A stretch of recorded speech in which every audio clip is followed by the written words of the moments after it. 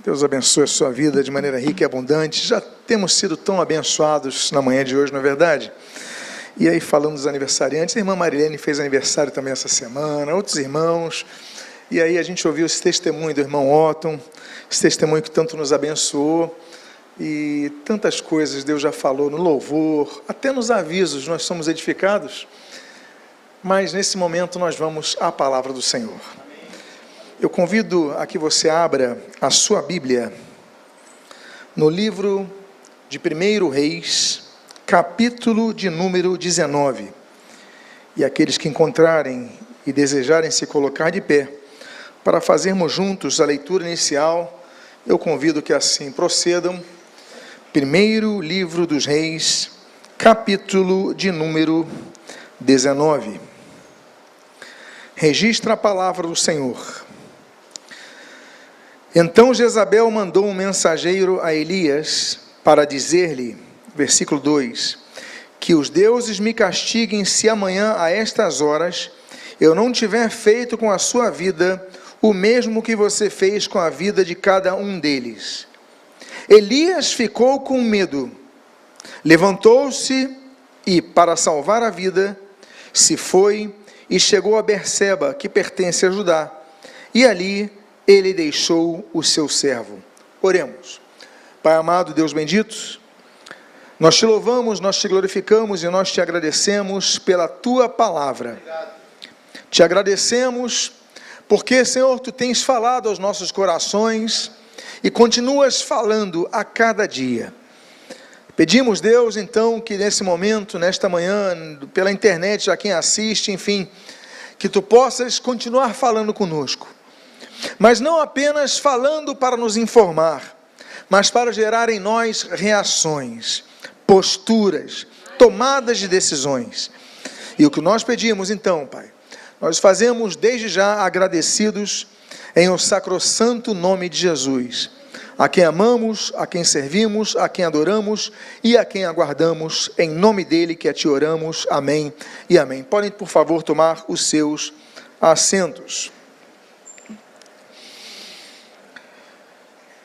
O profeta Elias, ele aparece no texto bíblico sem uma genealogia, não tem nenhuma outra informação do surgimento desse profeta, senão que ele era tesbita, era de uma região chamada, ou cidade chamada Tesbe, e ele aparece no texto bíblico, no contexto de um rei chamado Acabe.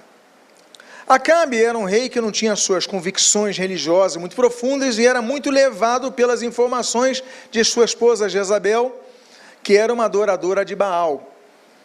E então começou, por influência dela, começou uma perseguição aos profetas de Deus. Muitos morreram, outros fugiram e se esconderam.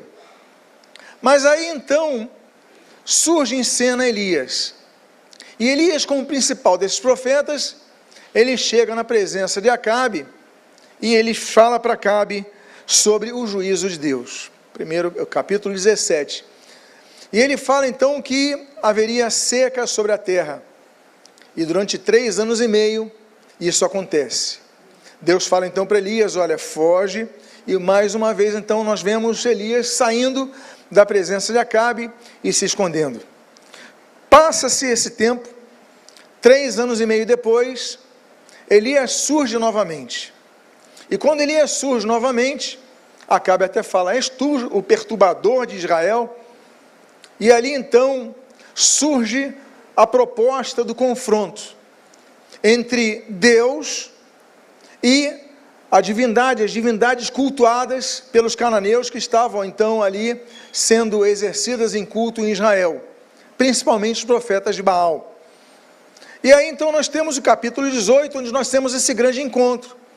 Os profetas de Baal, buscando a manifestação de Baal, e Elias, representando todos os profetas, buscando ao Senhor. E nós conhecemos a história. E a história nos mostra que Elias ora, e Deus derrama fogo do céu sobre aquele altar de 12 pedras, o consome, e depois disso então, há uma mortandade entre os profetas de Baal. E aí está o nosso contexto. Mais uma vez, Jezabel fica irada e manda então matarem Elias. E Elias mais uma vez foge. Elias foge, e o texto que nós lemos, que é o que introduz esse momento preciso pós o fogo do céu, pós o milagre acontecer, pós a vitória da representação do povo de Deus contra a idolatria. Mas Elias foge, e nós temos então perguntas que Deus faz. Uma pergunta que Deus faz duplicadamente. Vejamos o versículo 9 e o versículo 13. Diz assim o versículo 9: ali entrou numa caverna, onde passou a noite, e eis que a palavra do Senhor veio a ele e lhe disse: o que você está fazendo aqui, Elias? E no versículo 13, na continuação dessa mesma tela, diz: e quando Elias ouviu isso, cobriu o rosto com um manto, e saindo, pôs-se à entrada da caverna, e eis que veio uma voz e lhe disse: o que você está fazendo aqui, Elias? Elias tinha fugido, deixou seu servo Berseba, foi para o monte Horebe, ali no Sinai, e no mesmo local onde 500 anos antes Moisés tinha desejado a morte, ele deseja morrer. Apesar do grande milagre, apesar do que Deus fez com ele, ele queria morrer, ele queria desistir. E Deus então pergunta para ele: o que você está fazendo aqui, Elias, nessa caverna? O que você está fazendo aqui, Elias, no monte Horebe? O que você está fazendo aqui? Deus faz perguntas não porque ele não sabe a resposta. O nome disso são perguntas retóricas, quando a resposta já está embutida naquilo que a pessoa vai então responder. Deus, ele fala para Adão, Gênesis 3, onde estás? Deus, ele fala para Caim, em Gênesis 4, Caim, cadê o teu irmão Abel? Deus, ele fala em Êxodo 4 para Moisés: Moisés, o que você tem na mão? Deus, ele fala para Isaías, no Isaías número 6, capítulo 6, Isaías, a quem enviarei? Quando Deus faz perguntas, é porque Deus espera que a nossa resposta já esteja embutida com uma reação, com assumir que nós devemos tomar uma postura. Quando Deus pergunta a Elias: que fazes aqui, Elias? É porque Deus estava mostrando a Elias que Elias saiu do centro da vontade de Deus. Elias não estava no momento, no local que Deus quisesse que ele estivesse. Elias era um profeta de Deus, mas saiu da direção de Deus. E muitas vezes nós, como Elias, depois de passarmos por ameaças, situações difíceis, nós lemos o texto, Elias teve medo, ele foge, ele quer morrer, ele se esconde, e Deus só pergunta para ele: o que você está fazendo aqui, Elias? Porque ele saiu da vontade de Deus, ele saiu de onde Deus queria que ele estivesse, e acontece conosco. E Deus está perguntando para muitos de nós, muitos que nos ouvem essa mensagem, o que você está fazendo aí? O que você está fazendo onde você se encontra? Por que você está aí? Por que você não está onde Deus mostrou que você devia estar? Então é momento de nós refletirmos, se independentemente do que Deus tem feito ao longo de nossas vidas, nós continuamos fugindo da sua vontade. Jonas fugiu da vontade de Deus. Deus enviou um grande peixe, mas antes de enviar o grande peixe para tragá-lo, Deus mobilizou as pessoas do barco para que o jogassem ao mar. Deus, ele cria circunstâncias, porque nosso lugar não é Tarsis, muitas vezes nosso lugar é Nínive, muitas vezes nosso lugar é um lugar difícil, mas é ali onde Deus quer que nós estejamos. E Deus então pergunta para Elias: Elias, onde estás? E ali então, meus amados irmãos, nós vamos para o versículo 14, quando ele responde. A Bíblia diz: ele respondeu: tenho sido muito zeloso pelo Senhor, Deus dos exércitos, porque os filhos de Israel deixaram a tua aliança, derrubaram os teus altares e mataram os teus profetas à espada. Só fiquei eu, e eles estão querendo tirar a minha vida. Meus amados irmãos, capítulo 17 mostra que através de Elias, Deus fechou os céus por 3 anos e meio. O mesmo capítulo mostra que ele multiplica a farinha da panela e o azeite da botija. O capítulo 17 mostra que ele ressuscita morto. A Bíblia diz que ele foi alimentado por corvos. Só milagres. A Bíblia diz no capítulo 18 que desce fogo do céu quando ele clama ao Senhor. A Bíblia diz que ele volta a Acabe e volta a chover em Israel. O homem que experimenta uma sequência enorme, considerável de milagres, agora ele quer desistir. Muitos de nós nos esquecemos do que Deus fez e nós queremos desistir. Nós queremos abandonar, nós queremos fugir, nós queremos morrer. Muitas vezes não quanto a uma perspectiva de suicídio físico, mas morrer inclusive ministerialmente. Eu não quero mais fazer a obra de Deus, eu já fiz tantas coisas, já fiz isso, já fiz aquilo, agora eu quero parar. Não desista, meu irmão, não desista, minha irmã. Deus tem um plano para a tua vida. O fato é que Elias mostra que todos nós temos desculpas, e as desculpas, elas são muitas vezes fantasiosas, porque ele fala uma verdade: tenho sido muito zeloso para com o Senhor, mas ele fala traz uma informação que não é precisa. Ele fala: só fiquei eu, peraí, tinha mais 7.000 que não dobraram os joelhos a Baal, tinha muitos outros. É porque quando nós estamos na crise, nós só olhamos para nós mesmos, nós não olhamos para outros, inclusive que precisam de nós. Os outros profetas também precisavam do apoio de Elias, aquela terra de Israel ainda precisava da atuação de Elias, mas ele fala: eu estou só. Quando o medo vem, quando as dificuldades vêm, muitas vezes pensamos que estamos sozinhos, e Deus chega e pergunta para Elias: o que você está fazendo aí, Elias? Então, meus amados, nós devemos entender que muitas vezes, quando estamos no meio da solidão, nós só focamos o problema e nos esquecemos dos milagres que nós já vivenciamos. Nós devemos nos lembrar do que Deus já fez em nossas vidas. Nós não podemos esquecer que o Senhor que batalhou conosco anos atrás, meses atrás, épocas atrás, continua ao seu lado. Então não desista. Sei que crises acontecem, desertos surgem, mas quando nós fugimos da vontade de Deus, ou procuramos fugir da vontade de Deus, nos esquecemos muitas vezes das coisas grandes que Deus fez. Nós devemos lembrar. Deus fala, e Elias então ele abre o coração, ele fala: eu tenho sido muito zeloso, como se ele falasse: eu não tenho compensado de servir. É o que muitas vezes nos falamos: não tenho compensado de servir, eu tenho sido perseguido, eu não tenho tido sucesso, orações minhas não têm sido respondidas. E nós, volto a dizer, só olhamos para nós mesmos, e muitas vezes nós começamos a estabelecer aquele que era um altar de 12 pedras no Monte Carmelo, que desceu o fogo, que era o altar para Deus. Nós começamos, depois disso, a levantar um altar para nós mesmos, onde nós somos a única figura que nós olhamos. E aí então, no versículo 15 e no versículo 16 nós lemos: então o Senhor disse a Elias: vá, volte ao seu caminho. Eu vou repetir essa frase: vá e volte ao seu caminho para o deserto de Damasco, e chegando lá, unja Azazel como rei da Síria, unja também Jeú, filho de Ninsi, como rei de Israel, e Eliseu, filho de Safate, de Abel-Meolá, como profeta em seu lugar.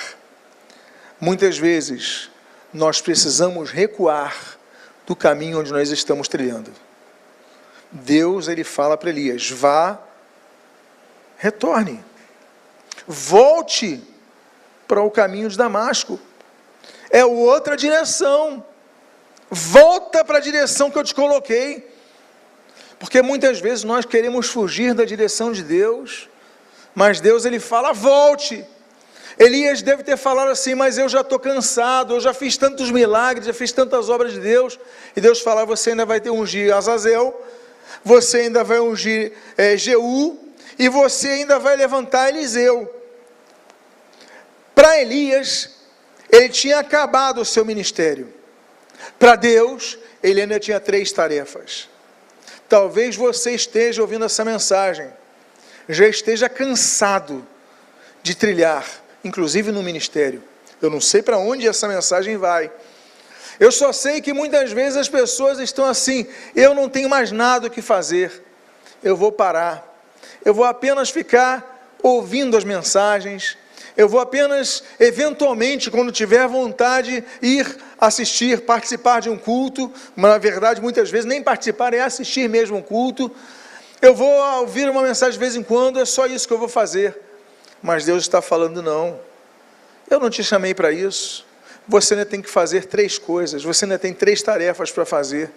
E, meus amados irmãos, é momento então de nós ouvirmos a voz de Deus e retornarmos do caminho de onde nunca deveríamos sair. Se Deus te perguntar e estiver falando no teu coração: o que fazes aqui? É porque você precisa tomar uma decisão. E Deus então falou: volte ao seu caminho. A Bíblia diz no versículo 19, no seu início: Elias saiu dali e encontrou Eliseu. Elias saiu dali e encontrou Eliseu. Ele só encontra Eliseu porque ele obedeceu. Ainda que nós possamos ter o erro de tomar uma decisão que não devia ser tomada, Deus falando ao nosso coração, pela sua misericórdia e graça, nós devemos ouvir e atender, ouvir e obedecer.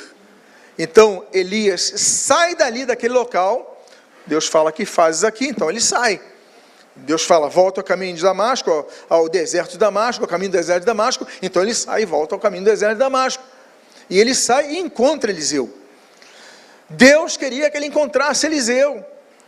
Muitas vezes nós estamos fugindo da direção de Deus, mas Deus está falando: o caminho é do deserto, é outro caminho de deserto. Mas ali está a pessoa que você precisa levantar, ali está a pessoa que você precisa abençoar, ali está a pessoa pelo qual eu quero te enviar para você trabalhar e preparar.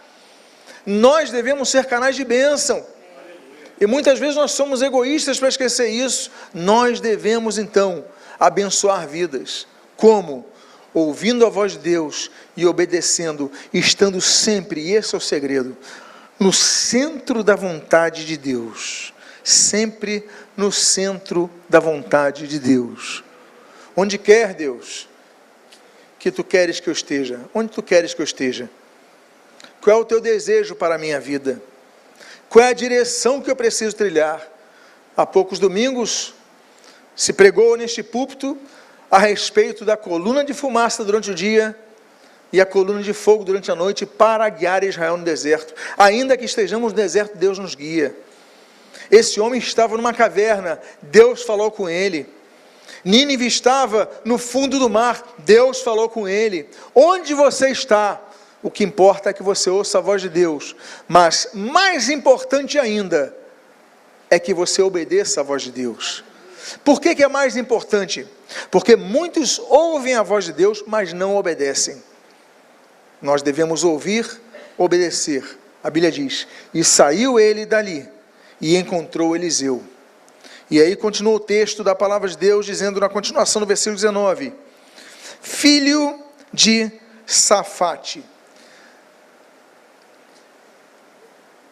O versículo 19 eu coloquei até o termo em hebraico Safate, que significa julgados.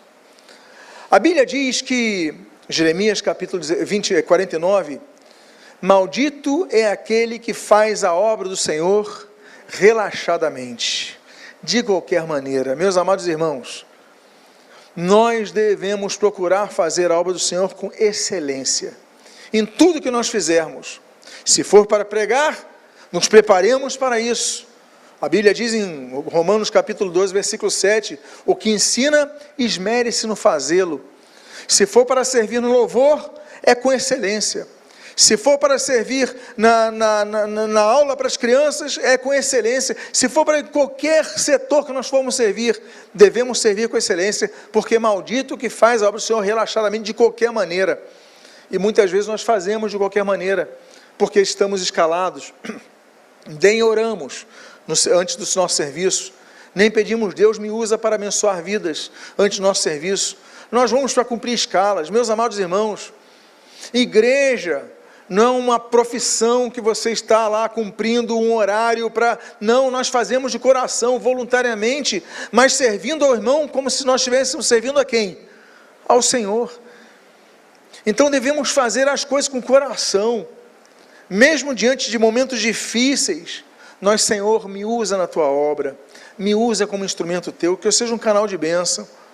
Não que nós necessitemos do reconhecimento de pessoas, porque há pessoas que nem vão te agradecer pelo teu serviço. Eu volto a dizer, há irmãos que estão trabalhando nesse momento no multimídia, numa sala isolada que você nem está vendo, e nunca vão receber talvez um obrigado pelo seu serviço. O irmão que está no som lá atrás, o irmão que está na calçada ali embaixo, recepcionando os irmãos, o pessoal que está trabalhando com as crianças, vários setores funcionando nesse momento. Então não espere você que o seu serviço vai exigir do seu ego, a alimentação do seu ego, que você possa, que você venha a receber um elogio. Ontem eu li um livro, Ego Transformado, Timothy Keller. Ele fala exatamente isso. Muitas vezes nós estamos trabalhando por causa do nosso ego. Não. Ele usa o termo de Paulo sobre não ser julgado pelos outros, e ele é julgado por Deus. Nós devemos ter esse enfoque. Nós servimos ao Senhor. É Ele que nos recompensa, é Ele que nos completa, é Ele que nos alegra. Servir a Deus, mesmo que ninguém diga obrigado, ainda assim vai nos alegrar, se nós tivermos um espírito quebrantado para servirmos ao Senhor. Então, meus amados irmãos, julgado é porque Deus julga a sua obra. O que nós fizermos no Senhor, temos que fazer de maneira excelente. E aí, então, no versículo 19, na sua continuidade, diz que ele era filho de Safate, mas a Bíblia diz que estava lavrando. Todos nós temos responsabilidades. A Bíblia diz que Eliseu estava lavrando, estava trabalhando, estava com suas funções, suas atividades, sua habitualidade, estava no serviço, mas Deus o chamou. Meus amados irmãos, há pessoas que dizem o seguinte: eu não vou servir na obra de Deus, porque eu ainda tenho que fazer isso, aquilo. Eu não vou fazer uma escola de líderes, porque eu tenho meu trabalho, minhas atividades, eu tenho pouco tempo para fazer. A questão não é essa, a questão é Deus te chamou para fazer. A questão é Deus foi ao teu encontro, tirou um homem que estava indo para o sul, e foi para a região leste, e aí Deus então muda a rota de um homem para te encontrar. A questão então não é se você não tem tempo. A questão não é se não é o que você se planejou para fazer. A questão única é: Deus te chamou? Deus te chamou? Porque se Deus te chamou, é para você fazer, é para você ir, é para você caminhar, é para você militar. A Bíblia diz então que ele estava lavrando a terra, ele estava sulcando a terra, ele estava trabalhando para afofar a terra, para melhorar a terra, para plantar a terra, mas Deus chama ele. É muitas vezes no meio da coletoria, como aconteceu com Mateus, que Jesus chama a pessoa. Você pode estar no meio das suas atividades, do seu trabalho, dos seus estudos, não importa. Deus chamou, diga: eis-me aqui, envia-me a mim. A Bíblia continua dizendo: e lavrava a terra com 12 juntas de bois adiante dele. O número 12 é um número muito significativo, e ele significa organização. A Bíblia diz que Deus, ele quando vai dividir a terra de Israel, ele divide em 12 tribos diferentes. Cada um tem a sua função, cada um com a sua característica, mas todos unidos e organizados. A Bíblia diz que quando Moisés vai enviar espias para a terra de Canaã, ele envia 12 espias. A Bíblia diz que Jesus, quando vai chamar os discípulos, Jesus podia ter chamado 20 discípulos, Jesus podia ter chamado 200 discípulos, Jesus podia ter chamado 1000 discípulos, mas ele chama 12, organização e unidade. Meus amados irmãos, nós devemos trabalhar unidos para que alcancemos resultados melhores. Nós devemos unir as nossas forças, os nossos talentos, por quê? Porque ninguém é completo em termos de dons em si próprios. Nós dependemos uns dos outros. Um é mão, outro é dedo. Um é pé, outro é perna. O único membro que é muito definido nesse corpo é Jesus, que é o cabeça. Ele que organiza, mas todos devemos estar juntos. Então, quando a Bíblia fala que ele estava lavrando a terra com 12 juntas de boi, é porque era uma pessoa que tinha posses, em primeiro lugar. 12 juntas, nós temos uma pessoa que tinha recursos, tinha terra, estava trabalhando ali, mas Deus o chamou para fazer a sua obra. Então, se Deus o chamou, faça, se organize, comece a se planejar para isso, comece, olha, o que importa agora é o que Deus falou no meu coração, é a direção de Deus, o chamado de Deus, e vá e faça. Trabalho organizado, trabalho em equipe, é o que nós temos que aprender a fazer. Há muitos ministérios que colocam debaixo do letreiro o nome do pastor, ministério fulano de tal, ministério pastor tal, ministério... Meus amados irmãos, a igreja não é um ministério fulano de tal, é só Jesus, é o nome que aparece, tem que aparecer. Por quê? Porque pode ter um pastor, e Deus vai usar, e o nome nós vamos gravar e usar como referências. A questão não é essa, nós devemos honrar essas pessoas, sim, mas o que nós devemos entender é que a igreja não é construída com uma só pessoa. Nós mencionamos os 95 anos de idade do nosso irmão Otton, que faz hoje, e a gente se lembra da caminhada, do tempo que temos aqui caminhando. Aí olha a Lúcia Tauil, a Lúcia Hidalgo, a irmã Marilene. Olha, se eu fosse citar os nomes dos irmãos que fazem parte dessa caminhada há tantos anos, e talvez alguns nem conheçam porque não estão no púlpito, mas independentemente de quem esteja no púlpito, eles são tão operadores do crescimento e desenvolvimento da obra para a glória de Cristo, do que o pastor, que pode ter o seu nome conhecido. Então, as 12 juntas de bois mostra unidade, equipe, empenho em nos unirmos para lavrarmos a terra e atendermos o chamado de Deus. Aí é versículo 19 ainda.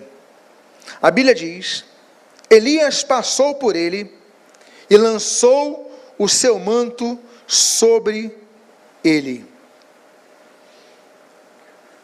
Elias não falou nada. O chamado de Elias para Eliseu foi um chamado silencioso. Ele simplesmente aparece onde estava Eliseu, trabalhando. No meio do trabalho de Eliseu, ele pega a sua capa, o seu manto, e ele passa sobre Eliseu. Elias só faz isso, tira o seu manto, passa sobre Eliseu, lançou o seu manto sobre ele. De repente, tudo muda na vida daquele homem, por causa disso. Esse manto representa a cobertura, o manto está sobre ele, e aí representa o que? Transmissão de autoridade, representa nova responsabilidade, representa uma nova fase na vida, a vida mudaria naquele homem. E o versículo 20, então, no seu início, a Bíblia diz: então Eliseu deixou os bois e correu após Elias. Eu acho muito interessante isso de correr após Elias. 1 Samuel, capítulo 3, diz que Samuel, ele corre até Eli, quando pensa que Eli está chamando ele, era Deus que estava chamando ele. A Bíblia diz em 1 Samuel, capítulo 17, que Davi corre até Golias para enfrentar o seu gigante.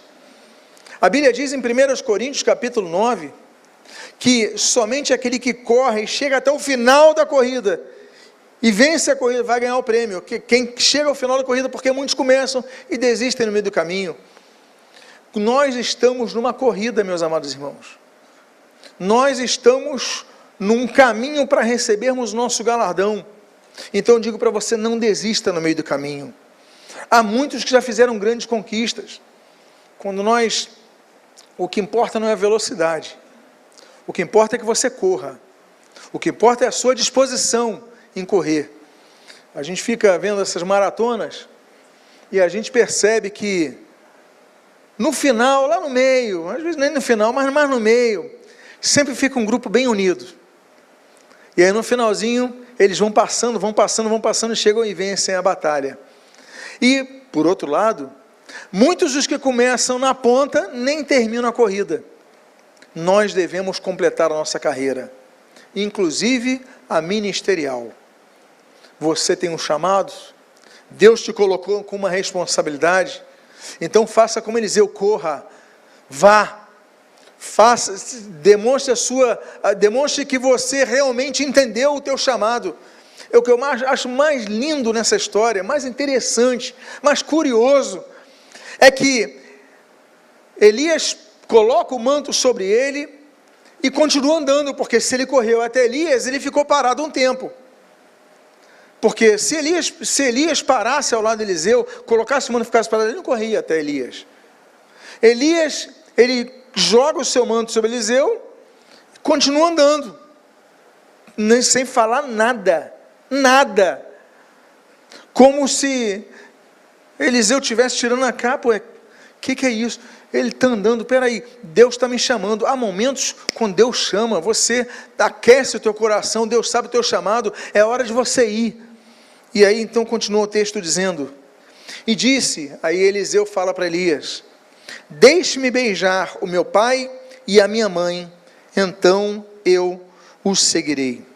Meus amados irmãos, nós aprendemos na Bíblia sobre honra. Honra aos pais, em Êxodo capítulo 20. Honra aos anciãos, Levítico capítulo 19. Honra, que muitos não fazem, mas a Bíblia fala para fazermos. Honra aos patrões, Provérbios capítulo 27. Honra a Cristo, João capítulo 5. Nós devemos honrar, nós somos pessoas que têm que praticar um princípio, que é o princípio da honra. Mas a primeira mostra que Elias era um homem certo, um homem correto, um homem justo, é que a preocupação dele, quando corre até Elias, Eliseu fala para Elias, Elias, eu vou te seguir, peraí, mas antes disso, deixa eu beijar meu pai e minha mãe. Ele não esquece as suas bases. Muitos na obra de Deus, nós sabemos que muitos, eles vão perder pais, irmãos, mães e irmãos, por causa da obra de Deus, mas não é por isso que vamos deixar de honrá-los. Nós devemos honrá-los sempre. Tem crises, tem momentos, tem dificuldades, mas a honra tem que ser, nós aprendemos isso com Eliseu, vai fazer a obra de Deus? Vou fazer a obra de Deus, mas antes disso, deixa eu beijar meu pai e minha mãe. E aí então o texto continua dizendo, Elias respondeu, vá e volte, pois você já sabe o que fiz com você. Pela primeira vez Elias fala, vá e volte, porque você já sabe o que eu fiz com você. Elias nem explica o chamado, ele fala, você já sabe, porque o mesmo Espírito que falou Eliseu, falou Elias. O mesmo Espírito que falou sobre o chamado a Eliseu, falou a Elias, falou antes a Elias. Então, meus amados irmãos, nós devemos entender essas questões sobre a importância de nós termos discernimento. Há pessoas que falam, não, eu para ouvir a voz de Deus, eu tenho que ouvir a voz grossa, com o céu abrindo, com trombetas tocando, com raio de sol iluminando na minha cabeça, e assim que eu vou ouvir a voz de Deus. Mas às vezes, como Deus fala para o próprio Elias, Deus não vai falar no meio de trovões, não vai falar no meio de vendavais, não vai falar no meio de furacões, não vai falar no meio de... Deus vai falar no meio de uma brisa suave e leve. Deus vai falar através da pregação da palavra que você, por exemplo, está ouvindo. Deus vai falar através de uma pessoa que falou, eu estava orando por você, e Deus falou isso. Deus vai falar através da leitura da palavra de Deus, que você vai começar a ler, e Deus vai começar a dizer, essa palavra é para você. Nós devemos ler a Bíblia assim, meus amados irmãos, porque há uma diferença, a pessoas que têm dificuldade muito grande com leitura bíblica, porque buscam ler a Bíblia, procurando informações, não procurando o que Deus quer falar ao seu coração. Quando nós lermos a Bíblia, mais do que informações, você diga, Deus, fala comigo pela tua palavra. E a palavra de Deus não volta vazia, ele vai falar algo ao teu coração. Nesse momento então, ele fala, você já sabe o que eu fiz com você. Deus então já está dando a Eliseu discernimento, a percepção do que é a voz de Deus, do que é a voz da carne, o entendimento de que tudo está conduzindo ele para isso. E aí no versículo 21, na sua primeira parte, a Bíblia diz, Eliseu voltou para trás, pegou a junta de bois e o sacrificou, e com os equipamentos dos bois, o que ele fez? Cozinhou a carne e a deu ao povo, e eles comeram. Vocês se lembram que ele volta para beijar o pai e a mãe? Para se despedir dos pais? Ele volta para se despedir dos pais. Mas quando ele está lá, ele fala, peraí, eu vou iniciar uma nova jornada, vou iniciar um novo ministério, mas antes disso eu vou alimentar o povo. Meus amados, nós somos chamados, quando Deus nos chama, Deus coloca em nós o desejo de alimentar o povo. Ele alimenta o povo com aquela junta de bois, ele alimenta o povo com aquela carne, ele faz um churrasco para o povo, porque ele falou, eu não vou sair sem alimentar o povo. Já é uma percepção do que seria o ministério de Eliseu, o homem que alimenta vidas. Já é o que Deus quer fazer conosco, quando Deus chama, quando Deus nos lança o seu manto, quando Deus nos direciona a segui-lo no ministério. O propósito de Deus é que nós já sejamos bênção para o povo. Nota bene, ele não vai começar a alimentar o povo depois que ele está na frente com Elias. Ele vai despedir dos pais e já começa a alimentar o povo. Ele vai despedir dos pais e já começa a abençoar o povo. Ou seja, ele já vivia na percepção de que ministério, eu posso começar a fazer a escola de líderes daqui a 2 meses, mas não é por isso que você não vai abençoar o povo no dia de hoje, é para ser bênção e ser bênção logo. A Bíblia então continua dizendo, no versículo 21, então, se levantou, e o que ele fez? Seguiu Elias.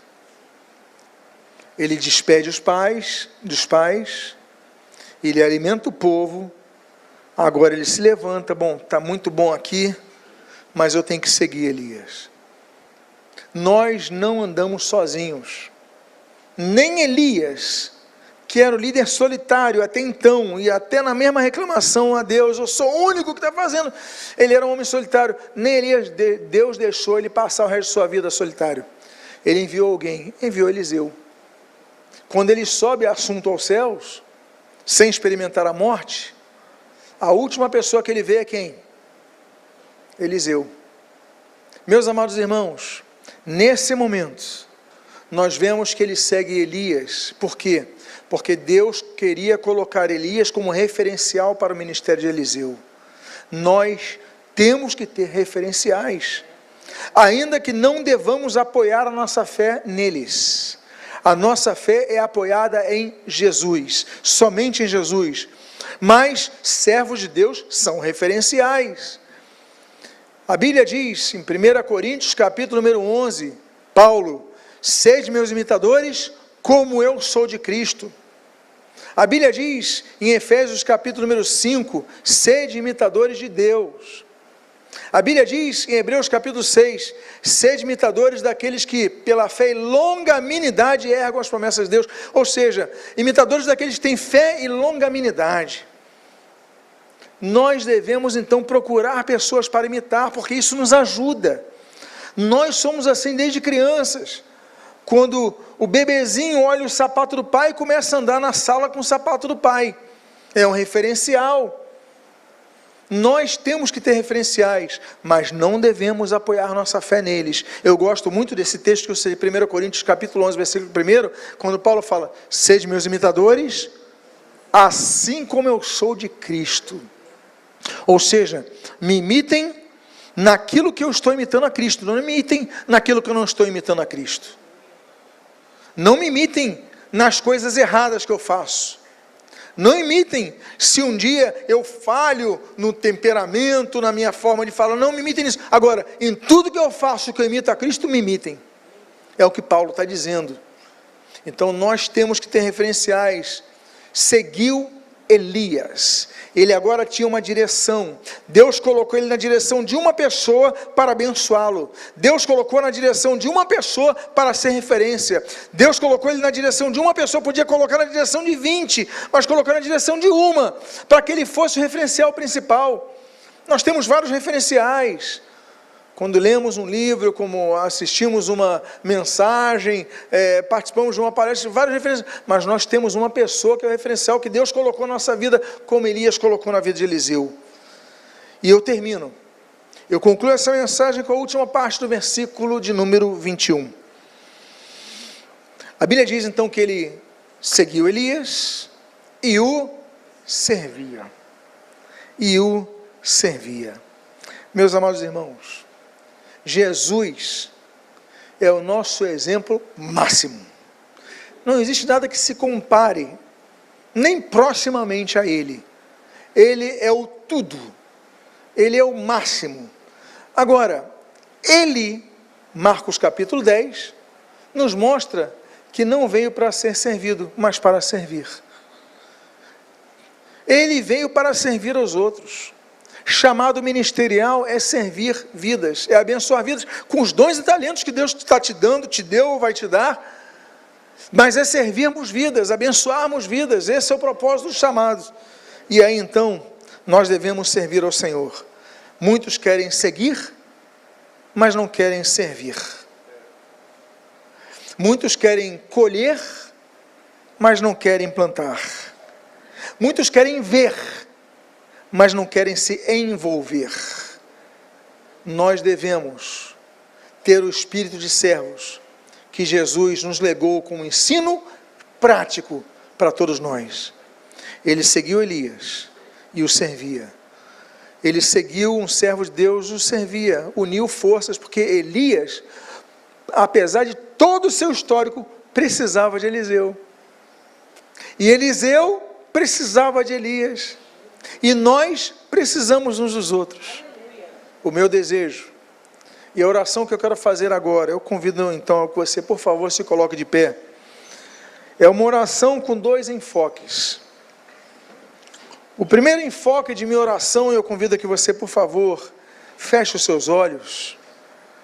É a oração para aquele que precisa tomar uma decisão de entregar a sua vida a Jesus. Eu já vou orar por aquele que precisa tomar uma decisão de seguir, servir, mas o principal é: Senhor, eu quero entregar a minha vida ao senhorio de Jesus Cristo. Alguém aqui quer entregar a sua vida ao Senhor Jesus nesta manhã?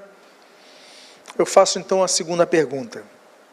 A você que ouviu essa mensagem, talvez você tenha dito: olha, eu já cansei do ministério, eu já cansei de servir, eu estou no meio do trabalho, eu tenho muitas atividades, mas Deus está te direcionando a algo, e você tem dito não, você tem sido reativo, você tem colocado dificuldades, como Elias colocou, mas Deus faz uma pergunta: o que fazes aqui, Elias?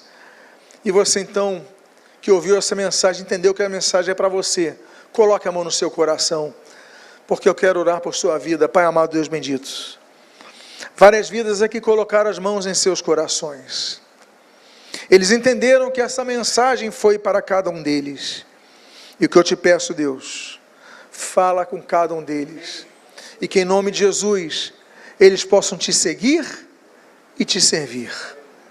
Abençoa cada passo que eles derem, e aqueles que são chamados a uma vida ministerial, ao exercício ministerial, que tu uses para abençoar o povo, para levar a mensagem de Deus para o povo, para alimentar o povo, e para que o povo glorifique somente a Deus em todo momento.